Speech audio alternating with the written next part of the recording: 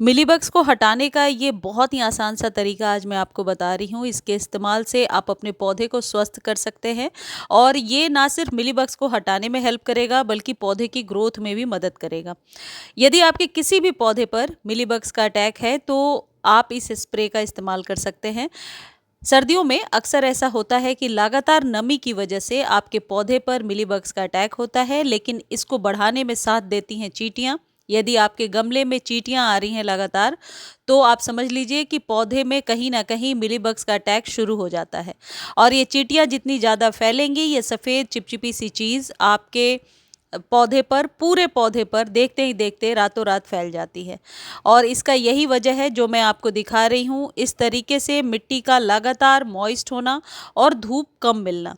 तो यदि आप ट्रीटमेंट कर रहे हैं, इस बात का ध्यान रखें कि पौधे को धूप में रखना है, पूरे दिन के सनलाइट में रखना है, गुड़ाई करते रहना है और चींटियों के लिए लगातार आपको ट्रीटमेंट करना है।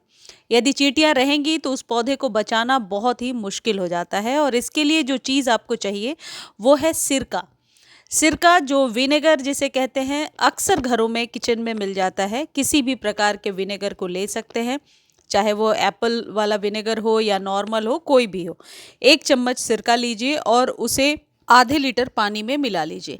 आप चाहें तो इसमें डिश वॉश सोप भी मिला सकते हैं या शैम्पू आधा चम्मच मिला सकते हैं।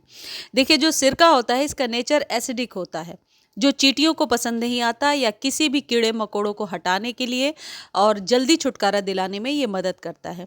इसे जब आप विनेगर को पानी में भर के स्प्रे करते हैं तो एक तो पौधे की जो सॉइल होती है वो नेचुरली एसिडिक हो जाती है। तो इसका इस्तेमाल जो है खाद के रूप में भी कई बार मैंने बताया है किया जाता है और इसके यूज़ से पत्ते भी लश ग्रीन निकल करके आते हैं। अब आपको करना क्या है कि आधा लीटर पानी लीजिए और उसमें 1 चम्मच सिरका डालिए। डिशवॉश सोप भी डाल सकते हैं यदि आप डालना चाहते हैं, नहीं भी डालेंगे तब भी ये कारगर है। इस तरीके से मैंने इसमें भर लिया है और जहाँ भी मिलीबग्स का अटैक है बस उस जगह पर अच्छे से स्प्रे कर देना। मेरा जो स्प्रे बॉटल है, इससे भी स्ट्रॉन्ग यदि आपके पास कोई है जो लगातार फोर्स के साथ स्प्रे करे, उसका भी इस्तेमाल कर सकते हैं। जैसे ही आप इसका स्प्रे करेंगे, ऊपर से एक मोम वाली जो कोट बन जाती है अक्सर मिलीबग्स के अटैक के बाद, पहले वो चीज़ हटती है, वो वैक्स हटता है, उसके बाद मिलीबग धीरे धीरे सिकुड़ करके गिर जाता है। आप चाहें तो हाथों से भी उसे निकाल सकते हैं। इसका इस्तेमाल आप सॉइल पे भी कर सकते हैं, अपने पौधे की मिट्टी को नेचुरली एसिडिक बनाने के लिए। सुबह सुबह इसका इस्तेमाल कर लीजिए सर्दियों में, ताकि पूरे दिन सनलाइट में आपका पौधा रहे और फिर आप देखिए निश्चित तौर पर 1 से 2 दिनों के बाद ही आपको रिजल्ट बढ़िया देखने मिलेगा।